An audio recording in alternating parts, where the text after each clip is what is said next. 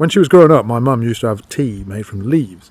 And even now, she's 91, she still leaves the last half inch in the cup out of habit, because in those days you didn't want to get a mouthful of leaves, a bit like with turecka kava in Slovakia now.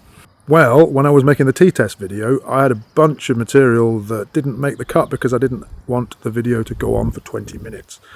So I thought it was a shame not to put it out since I made it, and so here it is. This is the last few sips of tea, if you will. When a British person says tea without qualification, they mean black tea from the Camellia sinensis plant with milk.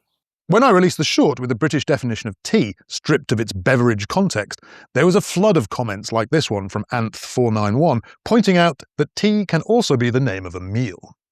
Which is absolutely true. In the north, where I grew up, tea is the evening meal, which people in the south, and most learners, call dinner. And confusingly, the midday meal that those people call lunch is called dinner in Widnes. So we have breakfast, dinner and tea, whereas in the south they have breakfast, lunch and dinner.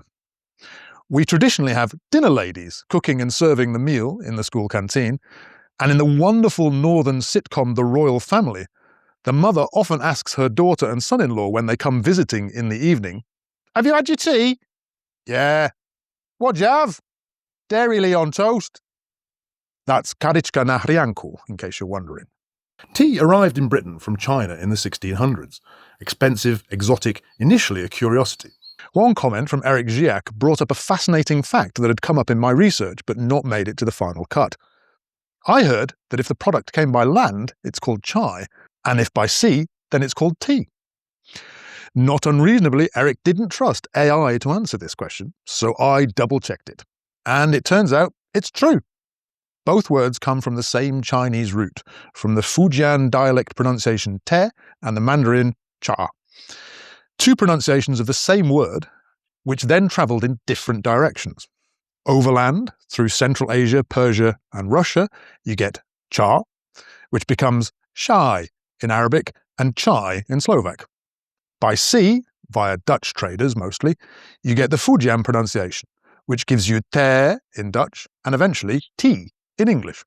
So yes, chai by land, tea by sea. It's a genuine linguistic fossil of how trade routes worked. Which is why, last month, I found myself carrying this around Widnes town centre.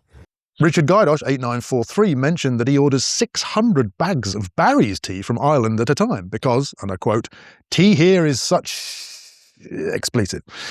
I had to look up Barry's tea, and apparently there's a whole Barry's versus Lions rivalry in Ireland, which absolutely makes me want to try both. But the important thing here is 600 bags. That's commitment. That's a man with principles.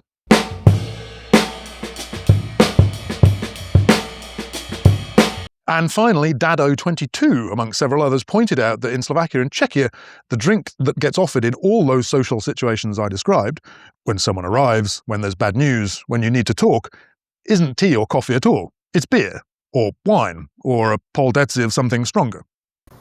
Right, that's it. We're done with tea for now, and next is Slovaks versus the cold, which is the beginning of a 3-part arc, which I hope you're going to like. I'm James Blore, this has been MoreBlore, and I hope to see you again soon. Bye-bye.